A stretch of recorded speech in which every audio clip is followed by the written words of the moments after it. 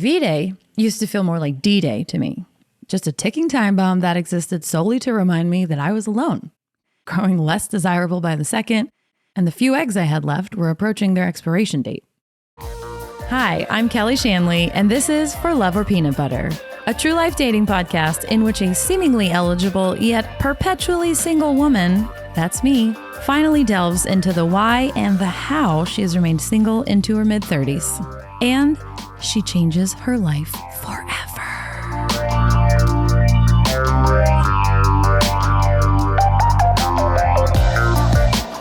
I hated that feeling, but I clung to it like a necessary evil to motivate me to keep searching. I mean, we can't all be like Larry King and breed until we're 70. It was so easy to fixate on all the happy couples out there, flaunting their perfect partners on social media, enjoying the pre-feed couples menu at Sugarfish. No, ma'am, this menu is not available for one. Getting engaged atop the telescope at Griffith Observatory. I'm kidding, you can't get up there. But if someone launched you into space for an out-of-this-world engagement, we could watch you through that telescope as you die in the vacuum of space. That took a turn. I'm just saying, just because you're coupled up on February 14th does not mean that Valentine's Day is going to be perfect. And consider this. My most heartbreaking Valentine's Days transpired when I was actually in relationships, not when I was single. For my final Valentine's Day with my college boyfriend of 6 years, I spent hours constructing a bulletin board made from all of the corks I saved from all of the bottles of wine we drank while eating Domino's pizza and watching Sideways. If anybody orders Merlot, I'm leaving. I am not drinking any fucking Merlot! Obviously, no fucking Merlot. I even put his business logo on it. I know, what a beautifully customized, thoughtful, and time-consuming gift, right? In return, he gave me a pillow for him to use at my apartment and a bath towel for him to use at my apartment. That's right, one of each, not even a set, because he was tired of me using the good pillow when he slept over and he could no longer wrap my bath towels around his waist. Whose fault is that? And then he had the audacity to gaslight me out of feeling disappointed about the gift and into feeling happy about it by telling me that it was a grown-up gift. Fuck off. Look, it was less about the pillow being a lame gift and more about the realization that I was way more invested in the relationship than he was. He didn't seem to care if I was in his life or not, which is a crushing epiphany to have on Valentine's Day. The relationship, like my midnight spoonful of peanut butter habit, was doing me more harm than good. It was time to let it go. Another year, I was dating someone who I was completely head over heels in love with. And I had told him such in, I want to say December? Last December. Fast forward to my most highly anticipated V-Day yet. I was insecure and twitchy, with indignation simmering just beneath the surface. Like a Kardashian between plastic surgeries, I was suffering withdrawal symptoms. I needed a hit of love or validation, praise. In person, in a card, in freaking Morse code, it didn't matter how. I just needed to know that I was loved. As it turns out, I was not loved. Not by him, anyway. I cried from anxiety to start the day, and I cried from disillusionment to finish it. And then I stayed with him for 2 more months because unrequited love makes you do stupid things, like boil someone's pet bunny in a pot. Don't worry, I didn't go full Fatal Attraction. But there was a lot of rage crying. One year, I actually got dumped on February 12th. So you can imagine how thrilled I was for that V-Day. I blacked out on tequila shots playing cornhole and Giant Connect 4 at a bar in North Hollywood after I found out he had been dating someone else the entire time we were together. They are now married, and I am now known as the drunk woman in search of a cornhole partner. It's both disappointing and misleading. Let's compare those to my single Valentine's days. One year, I bought myself a car. That's right, Island Blue Subaru Impreza. I bought a Subaru! That money's gone! She's got all-wheel drive, heated seats, hatchback, because function over fashion is a very real thing in your 30s. I felt like an independent, grown-ass woman. Am I right? Lesbian! And yes, they let straight women buy Subarus too. Another year, I went to a reggae festival in Long Beach with my best friend. I spent the day high on edibles, dancing in the sunshine, stuffing my face with jerk chicken mac and cheese bowls and donut ice cream sandwiches. Oh, yeah.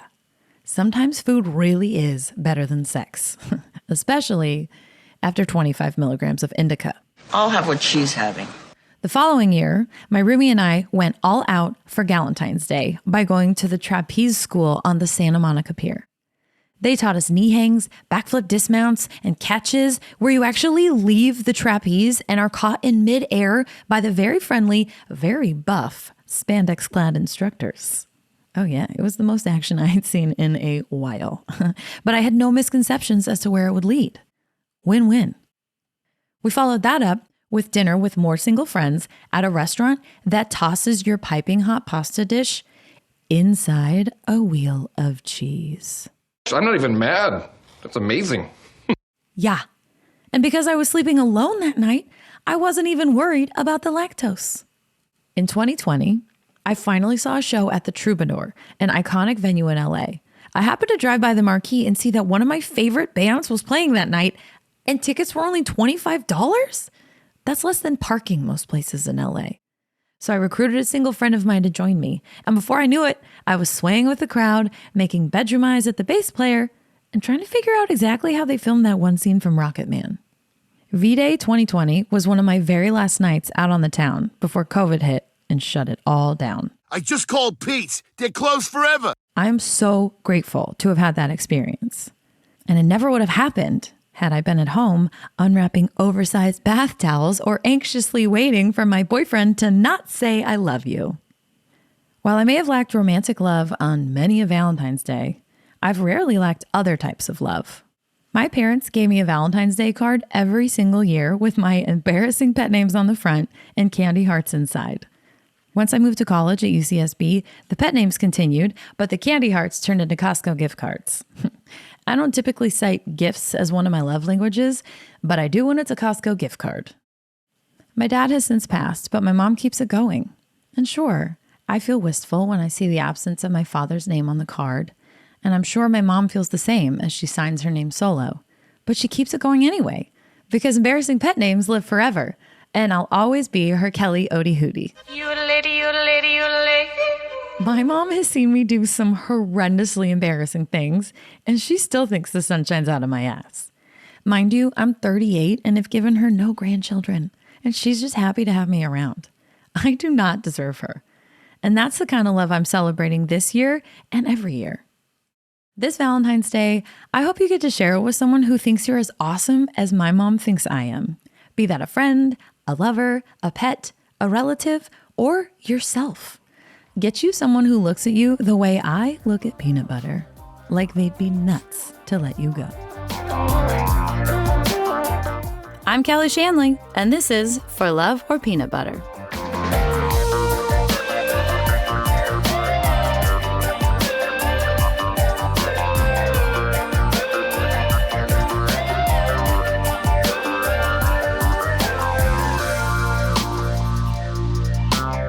For Love or Peanut Butter is created, written, and performed by me, Kelly Shanley. Produced and edited by Z. Rodriguez-Thomas for Mind Jam Media.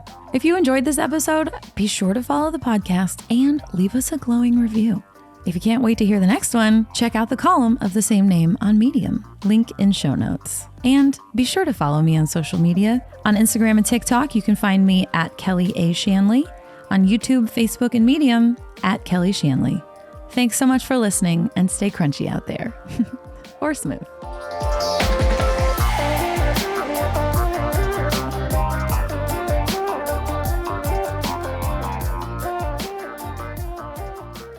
Stay crunchy. See?